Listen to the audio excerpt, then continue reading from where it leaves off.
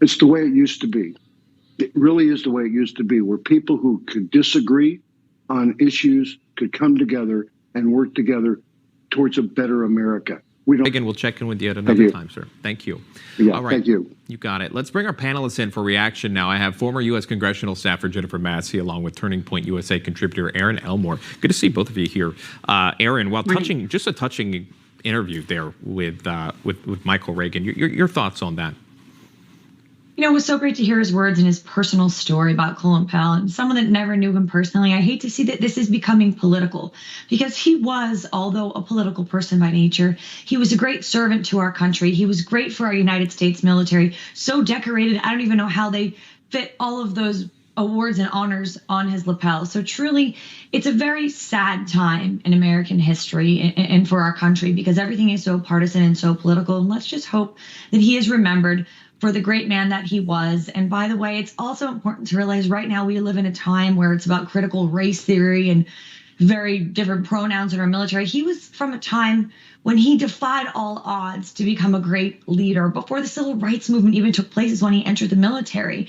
And none of this really what's going on today is why he's so successful. So hopefully he'll let people take pause and go back to the roots of why our country is great and why he made it so great. And he truly will be remembered fondly. And also, of course, let's not forget what he's done for the African-American community, the Black community, breaking those ceilings and those barriers, opening the doors. I mean, what he has done is quite remarkable. And one of the standout moments there with Mr. Reagan, as we just talked to Jennifer, and kind of what Erin was alluding to is, and I asked him, I said, what can you learn from the legacy of Colin Powell? And he said it was a different time where you were allowed to disagree. You did have disagreements, but we were still Americans, and we still, when America loved America.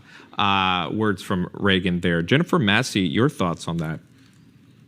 Yeah, I mean, I agree with everything that, Erin is saying. It's unfortunate that we live in this time. I've seen several tweets disparaging him. Listens to you and listens to the other side. Are there leaders still like that out there?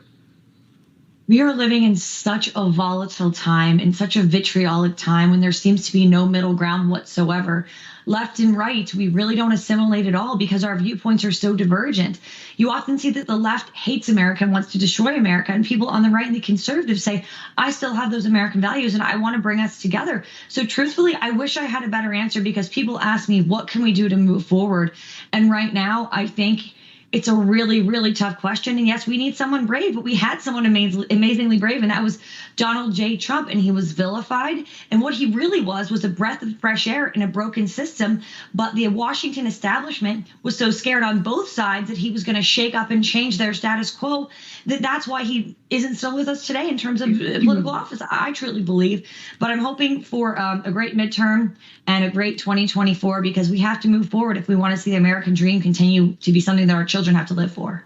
Yeah, almost 80 million people agree with you on that, according to the 2020 election. I want to bring in Scott Walker, former governor of Wisconsin, joining us live here. Governor, it's great to hear your words as well. I don't know if you were able to listen to the interview with Michael Reagan in Santa Barbara, but Colin Powell is a great America. He served multiple presidents. Jennifer Massey, Erin Elmore, Scott Walker, our panelists. Stick around. We're talking about. Let's bring in our panelists to weigh in on this story that doesn't seem to go away. They've been standing by if we could. We have Jennifer Massey, Erin Elmore, and Scott Walker. Governor Walker, start us off here. Economists have some rough predictions, unfortunately, with the supply chain, and that is something that impacts everyone. When are we going to get some answers and turn the situation around?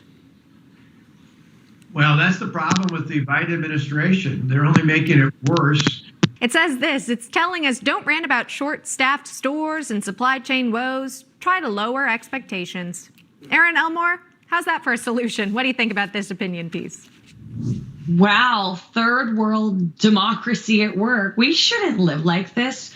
This is the greatest nation in the world. We shouldn't be having supply shortages, but instead we are now living in Joe Biden's America. I experienced this summer. Our air conditioning broke and we had to live without a part for 1.5 months. This is what's happening these days. And you can no longer blame it on Donald J. Trump. You can't say this is because of COVID. This is because of things like the vaccine mandates and people are not wanting to go back to work because it's more lucrative to stay home. And we deserve better as Americans. Honestly, this is terrifying. This is what you see in third world dictatorships.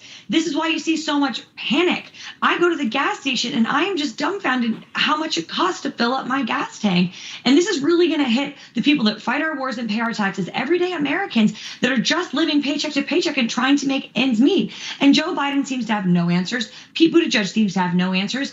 And the mainstream media is complicit. So thank God for people like you guys here at Newsmax that are telling the story and trying to search for solutions. Well, and it's just, you can't avoid it, right? It's guilt by omission in this instance here.